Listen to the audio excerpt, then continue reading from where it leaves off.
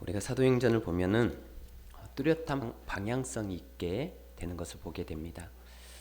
예루살렘에서부터 시작된 이 복음이 온 유대와 사마리아를 거쳐서 땅 끝까지 전파되는 그 과정을 통해서 우리는 방향성이라고 할 수 있는데, 그 방향성을 우리들이 확인할 수 있습니다. 사도행전 9장부터 땅끝 선교를 향한 이 방향성이 뚜렷하게 보이기 시작합니다. 그래서 우리가 사도행전 9장을 살펴보았듯이 이방 선교를 위해서 하나님이 택하신 그 사울의 핵심 사건이 9장에 나오게 되어지고요. 그 다음에 10장에서는 고넬료라고 하는 이방인의 이 가정이 구원을 받고 성령 세례를 받는 사건이 나오게 되어지죠. 그리고 그 다음 장인 11장에서는 많은 헬라인들이 예수님을 믿게 되어서, 그래서 세워진 교회, 장차 이방 선교의 본부가 될 안디옥 교회가 세워지는 그런 과정이 11장에 나오게 되어집니다. 이처럼 사도행전은 이방 선교, 땅끝 선교를 위한 사람이 세워지고 교회가 세워지고 그 열매들이 나타나기 시작하는 모습을 우리들에게 보여주면서, 이방 선교, 땅끝 선교를 위한 이 발판이 이제 마련이 되었음을 계속해서 우리에게 알려주고 있는 것이죠. 이렇게 하나님의 나라가 힘있게 확장되어 갈 때 이런 과정을 이 마귀가 이 모습을 가만히 보고만 있지는 않습니다. 마귀는 반드시 방해와 공격을 하는데요, 확장되는 이 하나님의 나라와 그것을 방해하고 공격하는 악한 세력들과의 충돌, 영적 전쟁이 이 시간 우리가 살펴볼 사도행전 12장에 소개되어 있습니다. 이 내용을 우리가 이 시간 좀 더 자세히 살펴보도록 하겠는데요, 먼저 오늘 본문 말씀인 이 사도행전 12장은 이제 헤롯 왕이 예루살렘 교회를 크게 핍박하는 내용으로 시작이 되어집니다. 이때는 헤롯 왕이 통치를 하던 때인데, 성경에는 헤롯이라고 하는 그런 이름이 많이 나오죠. 예를 들어서 예수님 태어날 때도 그때 이 이스라엘을 다스리고 있었던 분봉왕이 헤롯이었습니다. 그런데 오늘 등장하는 이 헤롯과 예수님 당시에 다스렸던 이 헤롯이 다른 헤롯입니다. 또 사도행전 뒤쪽에 가면은 바울을 체포하도록 명령했던 왕의 이름도 헤롯입니다. 그래서 앞에 헤롯이라는 이름 말고 그 뒤에 또 다른 이름의 명칭이 성경에는 쓰여지질 않았기 때문에 우리가 헤롯 하면 다 똑같은 인물로 이해를 하게 되어지는데요, 원래 이 12장에 등장하는 헤롯은 헤롯 아그리파 1세입니다. 그래서 예수님 당시, 또 우리가 오늘 본문에 나오는 이 헤롯, 또 바울을 체포했던 그 헤롯이 각각 다른 헤롯이다라고 하는 것을 여러분들 알고 계시길 바라고, 그런데 이 헤롯의 혈통을 그 유대 역사학자 요세푸스가 연구한 걸 이렇게 쭉 거슬러 올라가 보면 이 헤롯은 에돔의 후손입니다. 에돔의 조상은 누구입니까? 에서죠. 야곱의 형. 그래서 에서의 혈통에서 이 헤롯 일가가 탄생이 되어집니다. 그런데 이 헤롯은 굉장히 이중적인 사람이에요. 그는 로마 황제 밑에서 분봉왕 노릇을 하면서 어떻게 하든지 더 많은 영토와 또 부를 축적하기 위해서 이 헬레니즘을 신봉하면서도 아주 철저한 이중 플레이를 하면서 민중의 마음을 얻으려고 했던 것이죠. 그러니까 이 헤롯 가문이 이 이스라엘에 들어올 때부터 벌써 정치적인 의도로 그 조상 때부터 이렇게 물려져 오는 것을 우리가 보게 되어집니다. 이런 내용들을 우리가 성경에서 많이 제가 말씀을 드렸었던 부분이고요. 그래서 그 증거가 여기에 나타나는데 1절에 보시면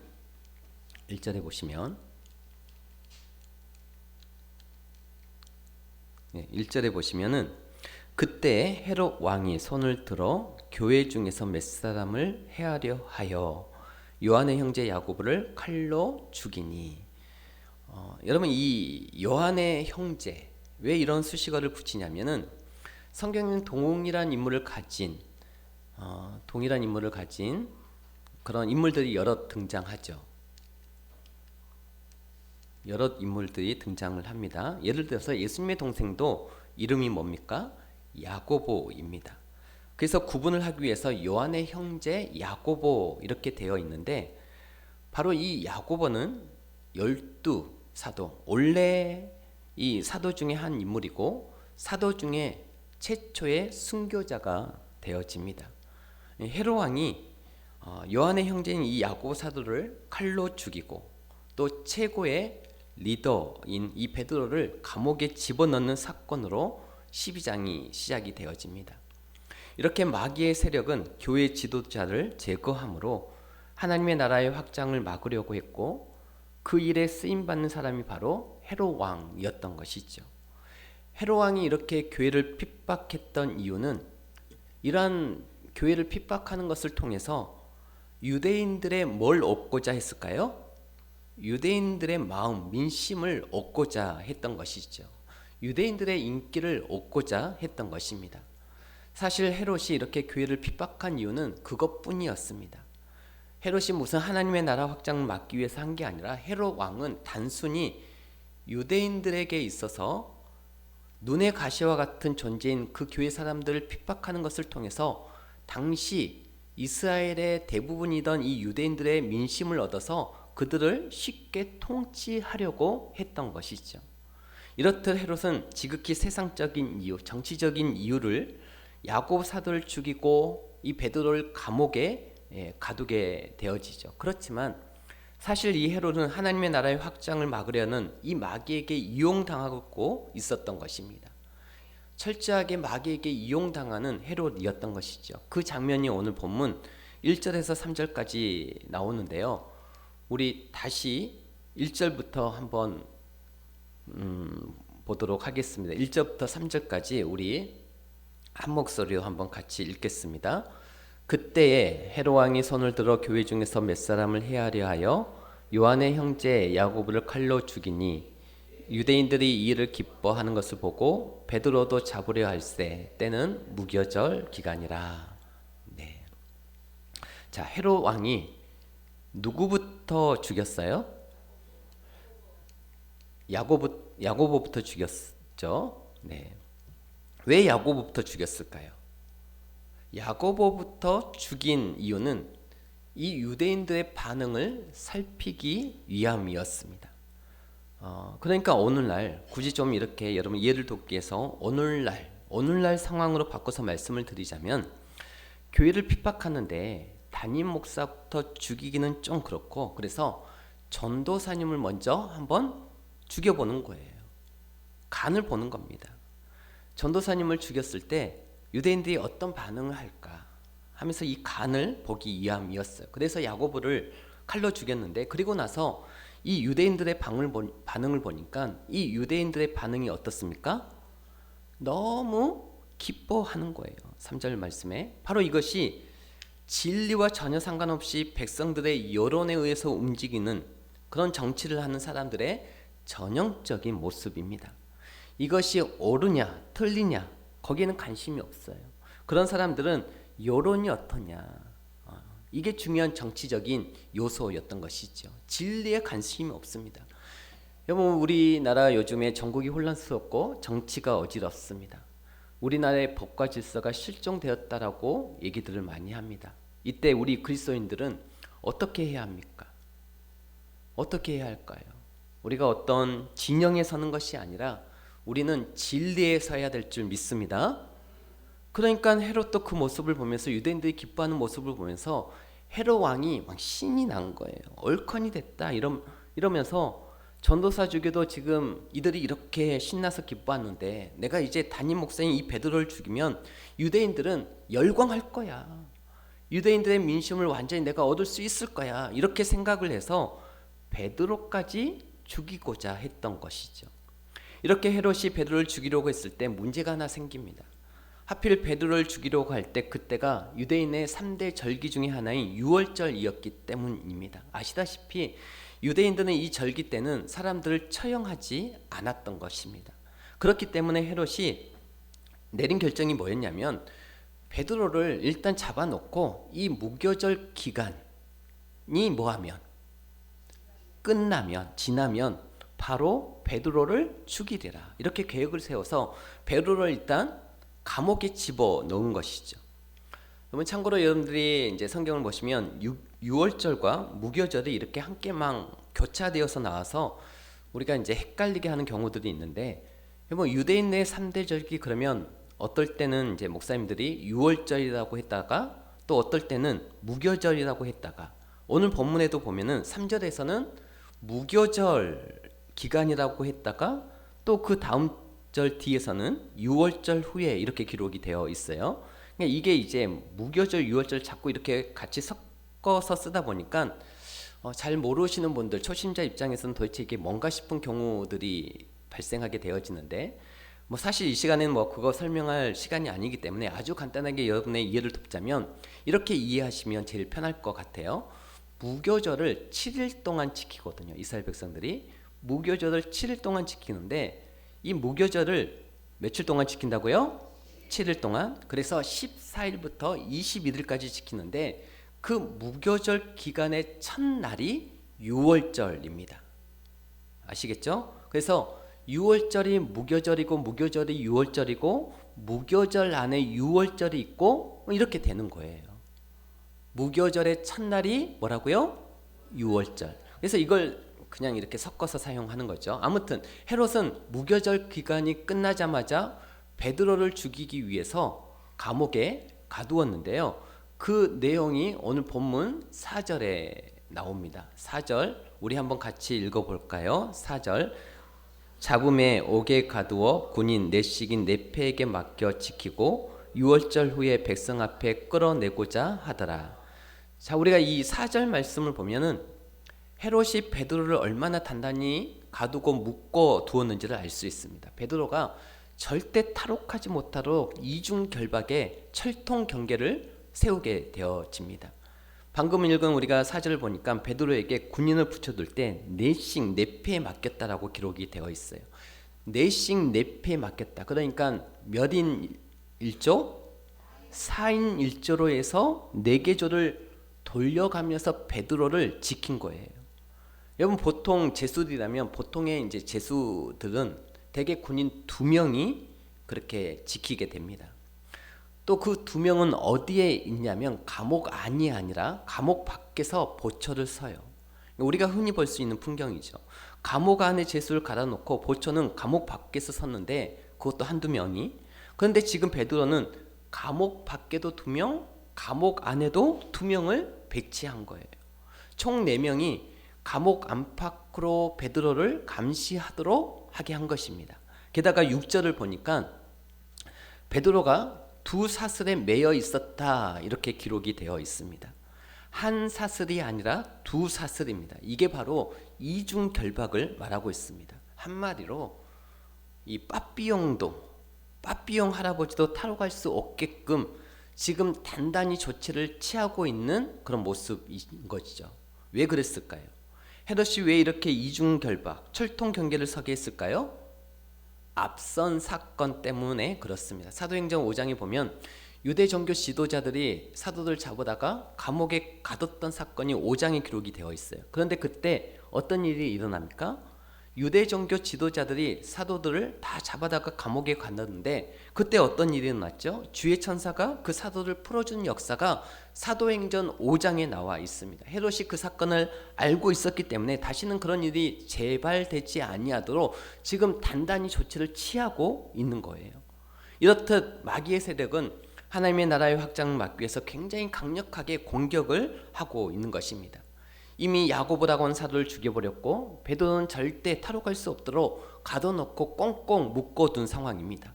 이런 마귀의 공격 앞에서 교회가 그러면 어떻게 대처했느냐, 이게 이제 오늘 저와 여러분이 이 시간 살펴볼 내용입니다. 이런 마귀의 강력한 공격 앞에서 교회가 어떻게 대처했느냐, 2가지로 우리가 살펴볼 텐데요. 베드로의 대처와 교회의 대처 2가지를 살펴보도록 하겠습니다. 먼저 베드로의 대처입니다. 6절 말씀을 함께 볼까요? 6절 말씀에 보면 우리 함께 읽겠습니다. 헤롯이 잡아내려고 하는 그 전날 밤에 베드로가 2 군인 틈에서 2 쇠사슬에 매어 누워 자는데 파수꾼들이 문 밖에서 옥을 지키더니, 자, 베드로가 어떻게 대처하고 있죠? 내일이면 죽게 될 사람이 사형 전날 밤에 뭐 하고 있어요? 네, 자고 있어요. 자고 있는 게 아니라 푹 자고 있습니다. 혹시 이 시간에 푹 주무시고 계시는 분은 없으시죠? 네. 지금 베드로가 이 마귀의 강력한 공격과 핍박 앞에서 어떻게 대처하고 있느냐면 내일이면 이제 사형을 당하거든요. 그런데 이 베드로가 푹 자고 있습니다. 이게 베드로의 대처였습니다. 여러분, 이때 베드로가 얼마나 깊은 잠에 들었던지 다음 절인 7절에 보면은 천사가 베드로를 깨울 때 말로 해서 안 일어나니까 옆구리를 쳐서 깨웠다라고 기록이 되어 있습니다. 이게 베드로의 대처였어요. 이 대목에서 제가 여러분들에게 질문을 하나 하겠습니다. 내일 사형을 당할 사람이 사형 전날 밤에 간절히 하나님 앞에 기도하는 것이 더 어려운 일입니까? 아니면 누가 업어가도 모를 정도로 푹 자는 것이 더 어려운 일입니까? 그렇죠. 푹 자는 게 더 어려운 일입니다. 베드로가 사형을 하루 앞두고 푹 잤다는 사실이 뭘 의미할까요? 뭐 다양한 해석이 가능하겠죠. 하나님이 반드시 살려주실 것이라고 하는 큰 믿음이 있었기 때문에 푹 잤을 것이다, 이렇게 해석할 수도 있고요. 순교를 이미 각오했기 때문에 푹 잤을 것이다, 이렇게 해석할 수도 있습니다만 저는 둘 다 맞다라고 생각합니다. 베드로는 자신의 생명이 사나 죽으나 항상 주의 것임을 알고 있었고, 무엇보다도 주님과 주의 나라를 위한 고난을 영광스럽게 여겼던 그런 자였습니다. 그런 그의 신앙, 그가 썼던, 그래서 베드로전서 4장 12절 13절을 보면, 베드로전서 4장 12절 13절을 보면 잘 나와 있는데요. 제가 읽어 드릴게요.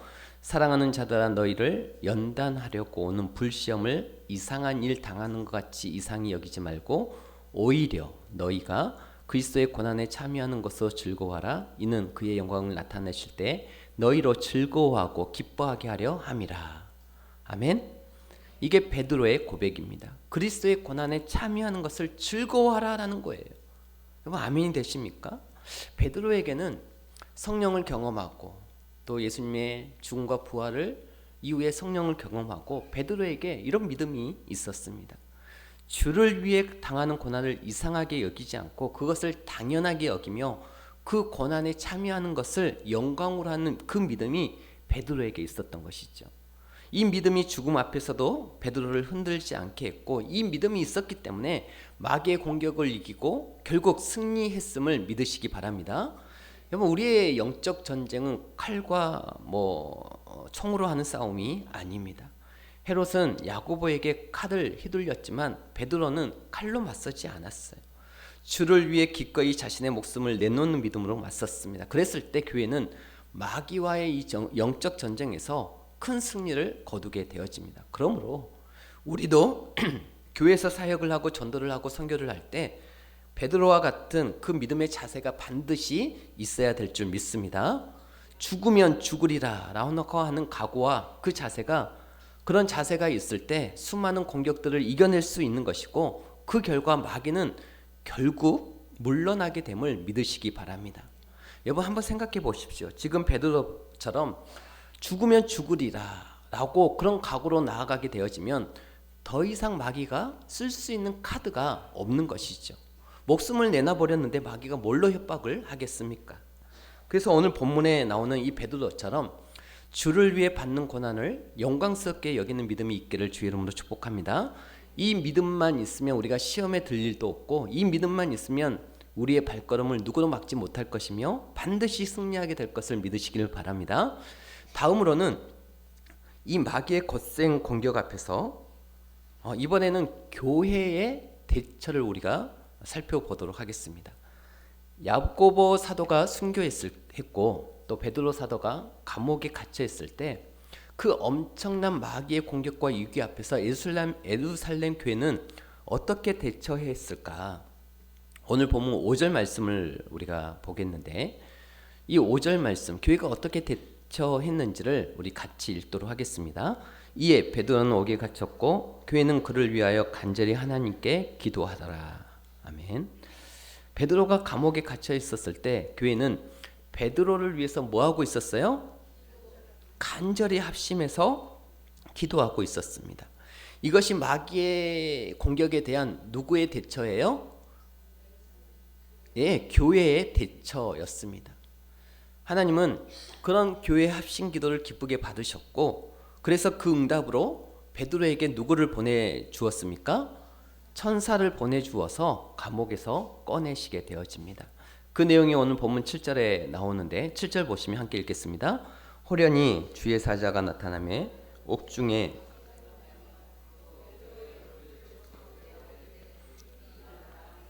쇠사슬이 그 손에서 벗어지더라.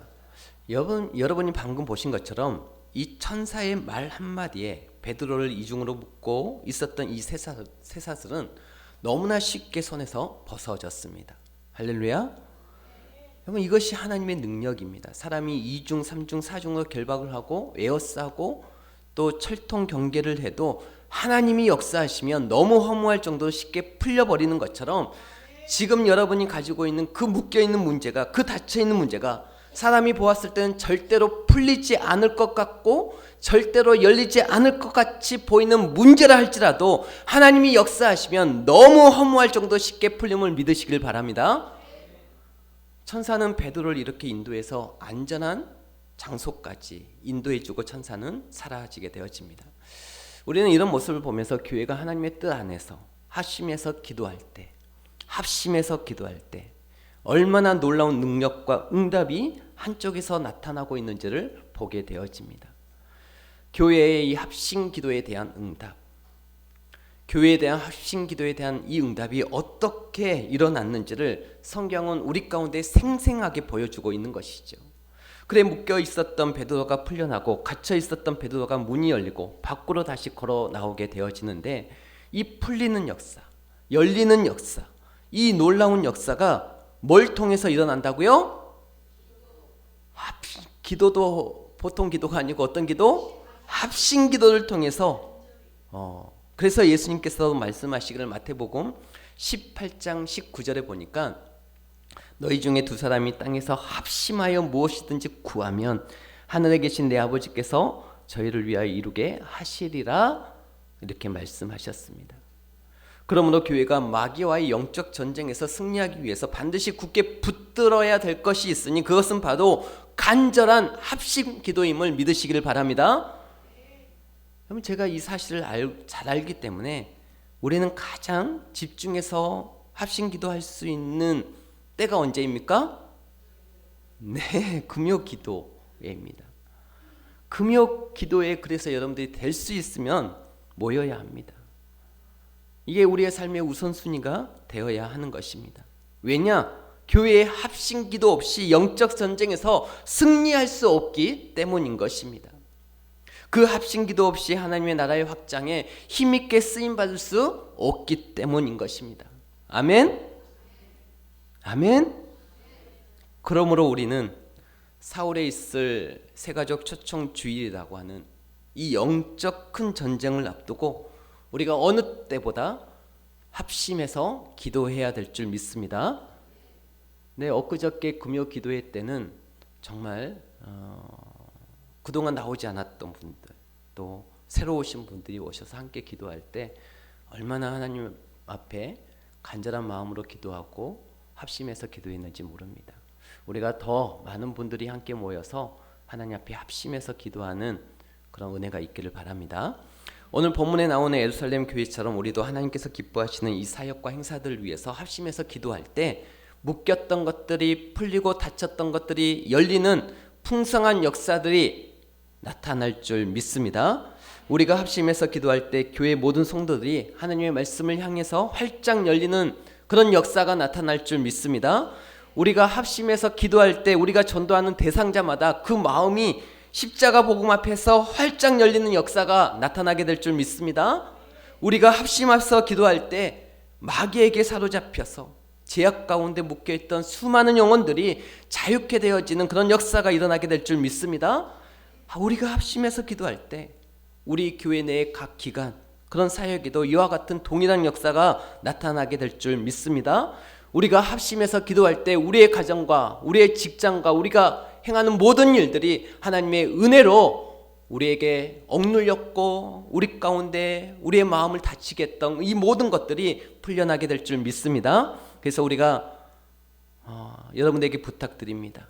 이번 주부터 본격적인 사실 영적 전쟁이 시작이 되었고 마귀의 거센 공격과 방해도 이미 시작이 되었는데 바로 이때야말로 교회가 합심해서 기도해야 될 때임을 여러분들이 아시고 정말 모든 예배의 자리, 기도의 자리에 나와서 기도로 함께 싸워 승리의 영광을 함께 누릴 수 있기를 주의 이름으로 축복합니다. 말씀을 정리하겠습니다. 사도행전 12장, 오늘 본문 말씀이 사도행전 12장인데요. 이 사도행전 12장은 무슨 사건으로 시작을 합니까? 헤롯 왕이 누구를 죽이고 야고보를 죽이고 베드로를 감옥에 가두는 사건으로 이 사도행전 12장이 시작이 됐습니다. 그러니 교회의 존립이 흔들릴 정도의 그런 큰 위기 가운데 사도행전 12장이 시작이 됐는데, 그런데 그렇게 시작한 이 사도행전 12장이 어떻게 끝날까요? 결론이 중요하겠죠? 우리 한번 확인해 보도록 하겠습니다. 이러한 위기 속에 시작했던 사도행전 12장이 어떻게 결론이 났는지 23절, 24절을 함께 읽도록 하겠습니다. 함께 읽겠습니다. 헤롯이 영광을 하나님께 돌리지 아니하므로 주의 사자가 고치니 벌레에게 먹혀 죽으니라. 하나님의 말씀은 흥황하여 더하더라. 아멘. 자, 방금 여러분이 읽으신 것처럼 12장의 결론이 어떻게 납니까? 교회를 핍박하던 이 헤롯 왕은 어떻게 되고요? 처참하게 죽고 벌레에게 먹혀 죽고, 그리고 하나님의 말씀은 더욱 흥황하는 부흥의 역사 가운데 끝나는 것이, 이것이 바로 사도행전 12장의 결론입니다. 정말 완벽한 역전이죠. 여러분, 사도행전 시작과 끝이 이 시작의 이기와 또 끝의 내용을 보면 이것보다 더 완벽하고 통쾌한 역전은 없습니다. 하나님의 나라의 확장은 그 누구도 막을 수 없음을 오늘 이 사도행전 12장은 우리들에게 똑똑히 보여주고 있습니다. 시간이 지날수록 세상의 권력은 바뀌고 쇠락하지만 하나님의 말씀은 더 흥황하여 영원하다고 하는 이 사실을 우리들에게 분명하게 알려주고 있습니다. 그러니 여러분, 잊지 마십시오. 세상은 하나님의 나라의 확장을 절대 막을 수 없습니다. 세상 나라는 하나님의 나라를 절대 이길 수 없습니다. 세상은 하나님의 말씀을 절대 묶어 놓을 수 없는 것입니다. 그렇기 때문에 우리가 하나님의 말씀을 가지고 하나님의 말씀을 믿고 그 말씀 안에서 하나님의 그 뜻을 행하며 나아가는 저와 여러분이 될 줄 믿으시기 바랍니다. 그렇기 때문에 우리가 전도와 선교는 무조건 승리하는 싸움임을 믿으시길 바랍니다. 우리의 싸움은 이기기 위한 싸움이 아니라 이긴 자로서의 싸움임을 믿으시기를 바랍니다. 단 그 영적 전쟁에서 단지 우리가 그 영적 전쟁에서 승리하기 위해서 우리에게 필요한 것이 있으니 그것은 주를 위해, 하나님의 나라를 위해 베드로처럼 어떤 고난도 각오하는 믿음이 있어야 하고, 다음으로는 제가 아까 강조했던 교회의 간절한 합심 기도가 있어야 합니다. 주를 위해 고난도 각오하는 믿음, 그리고 교회의 간절한 합심 기도. 예루살렘 교회는 이 두 가지 무기로 마귀의 강력한 공격에서 맞서 싸워 승리했던 것입니다. 바라기는 우리 더 영광교회, 정말 우리 모든 성도님들도 주를 위해 고난도 각오하는 단단한 믿음과 교회의 간절한 합심 기도로 앞으로 있을 모든 사역과 전도, 영적 전쟁에서 우리가 큰 승리를 거두어서 우리 하나님께 큰 영광을 돌려드릴 수 있기를 주의 이름으로 축복합니다.